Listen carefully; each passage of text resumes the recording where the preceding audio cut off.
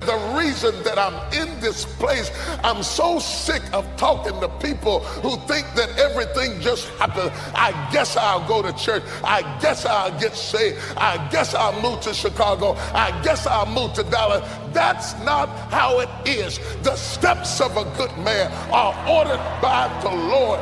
Your steps were ordered. If you hadn't got the phone call that you got when you got like you got it, you wouldn't even be here right now.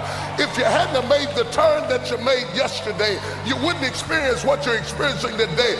God has been behind the curtain like a puppet master, pulling strings in your life. It's not that you're smart. It's not that you're great. It's not that you're holy. It's not that you're perfect. It's not that you're good. But God winded you up, pointed you in the right direction, released you into your destiny, and you are here and you can't get away. Slap somebody and tell them nothing just happens.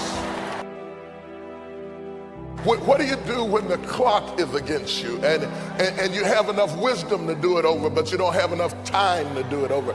What do you do when you miss your season and you miss your window of opportunity? What do you do when you know that you've got the desire to do it and you've got the passion to do it, but you look in the mirror and the wrinkles in your face and the sagging of your body indicates you don't have time to do this all over again? She says, I don't have time to get pregnant again. I don't have a second chance at life. My life is over. Go away. Don't hang around me. I have nothing left to give. There are people that when you start running out of time, you get bitter, you get desperate, you start pushing people away from you because they're asking something of you that you don't think you can give anymore. And you find yourself in a place of depletion and it feels like God has forgotten you. But I remind you, nothing just happens. At this age, at this stage, they're the reason why it happened at this age. They're the reason why it happened at this level in life. It's not a mistake. It's not an accident. God didn't fall asleep on the job and the devil came in and wrecked the car.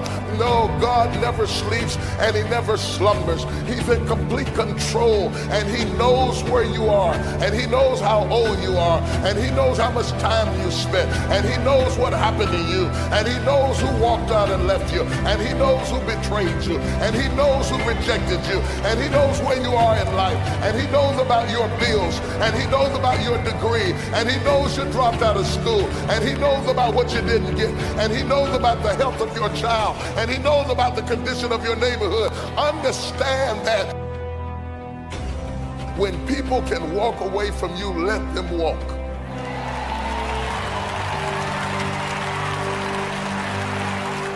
When people can walk away from you, let them walk. The Bible said that they came out from us, that it might be made manifest that they were not of us. For had they been of us, no doubt they would have continued with us. People leave you because they're not joined to you. And if they're not joined to you, you get super glue and you can't make them stay. Let them go. Your mistakes were in his will. Your trouble was in his will. Your pain was in his will.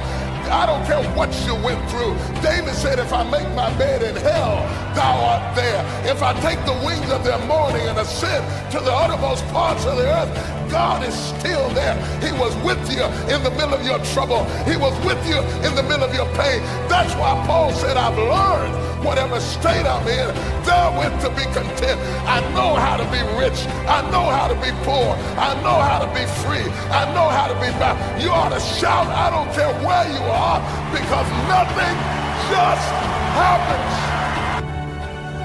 Whatever God has predetermined to happen will come to pass.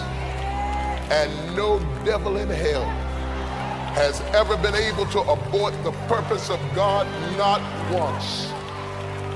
And yes, God gave you a human will and you're a free moral agent, but if you think that your human will is strong enough to change his divine will, you are tripping.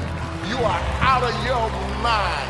God is God. There's some times in life where you fall down and you feel like you don't have the strength to get back up. There are some things in life that are out of your control that you can't change and you got to live with.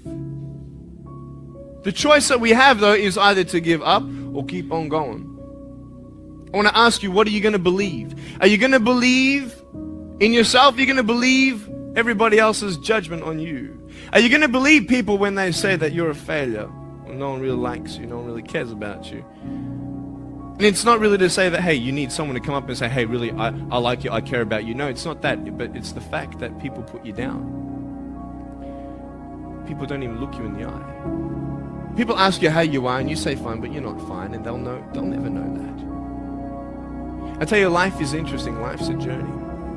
You can only take one step at a time. I don't care how big your step is, it's only one step at a time. You can't do 2 steps in one. You see, I will try 100 times to get up, and if I fail 100 times, if I fail and I give up, do you think that I'm ever going to get up? No. But if I fail, I try again, and again, and again. For as long as I try, there's always that chance of getting up. And it's not the end until you've given up. Everything happens for a reason. And we hear this quite often, that whatever happens to us, good or bad, we say that, oh, you know what, everything happens for a reason, so relax. But let's say it again. Everything happens for a reason. Whatever it is, good or bad, maybe it's not according to our own plans, but it happens for a reason. And when we say everything, we cannot pick and choose. There are some incidents in life that happen to you. They probably break you physically, they deform you physically, but they transform your soul. And all that happens because God wants you to become the best version of you. Incidents happen because life happens. But sometimes we are too busy expecting all the ease and comfort from life. And when some adversity comes, we wonder why this has happened to us. That all spirituality is about relieving suffering. It's a beautiful thing to remember always that we are living a beautiful life that we always complain about. But someone somewhere in a hospital bed is dreaming to live a life that we like. So whatever you have in your life, all the miseries and sorrows, just embrace it with all your heart and soul. Always remember that you are blessed. You have so much to be grateful for, and gratitude is the key. When someone closes a door in your face, all you have to remember is when God allows them to close the door in your face, all God wants you to do is walk up the hall. It's some more doors. You just got to walk up the hall. Because I can promise you, he got a better door that he wants you to go through than the one that got shut in your face. That's a fact.